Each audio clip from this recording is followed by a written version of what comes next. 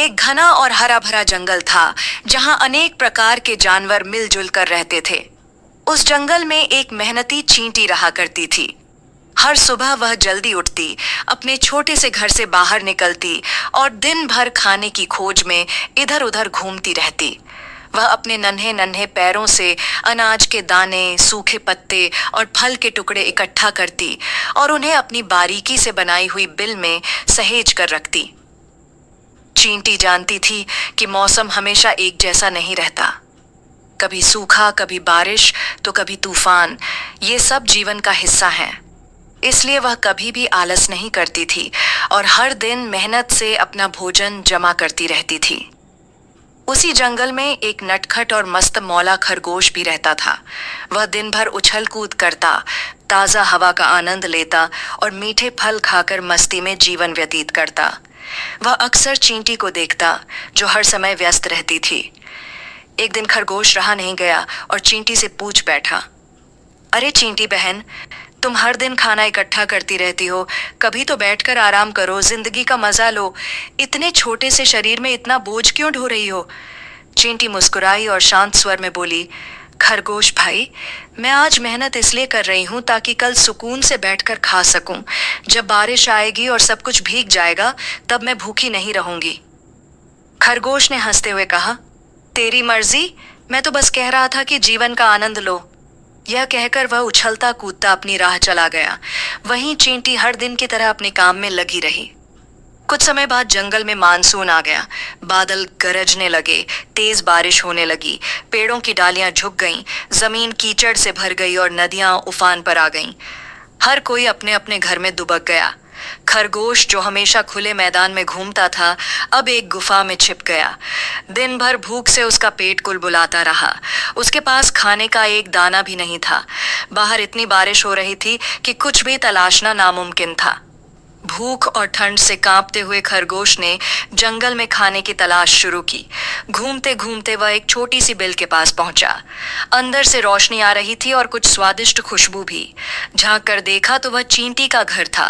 वह भीतर बैठी गरमागरम भोजन कर रही थी, सूखे फल, दाने और मीठे पत्तों का सूप। खरगोश की आंखें चमक उठीं और मुंह से पानी टपकने लगा। उसने धीरे से दरवाजा खटखटाया।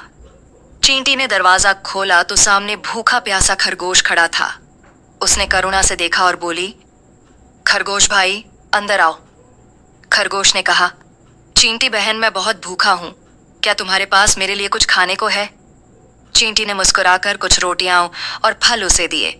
खरगोश ने बहुत सहेज कर उन्हें खाया और गहराई से कहा, अब मुझे समझ में आया कि मेहनत करना कितना जरूरी होता है। अगर मैंने पहले ही कुछ खाना जमा किया होता तो आज यूं भूखा ना भटकता।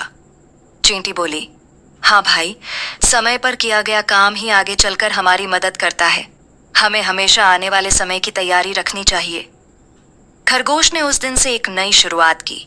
जब बारिश रुकी और सूरज निकला तो उसने भी चींटी की तरह हर दिन खाने की तलाश शुरू कर दी। वह हर दिन अपने पैरों से फल, दाने और पत्ते इकट्ठा करता और उन्हें गुफा में सहेज कर रखता। दिन बीते और फिर एक बार जंगल में संकट आया।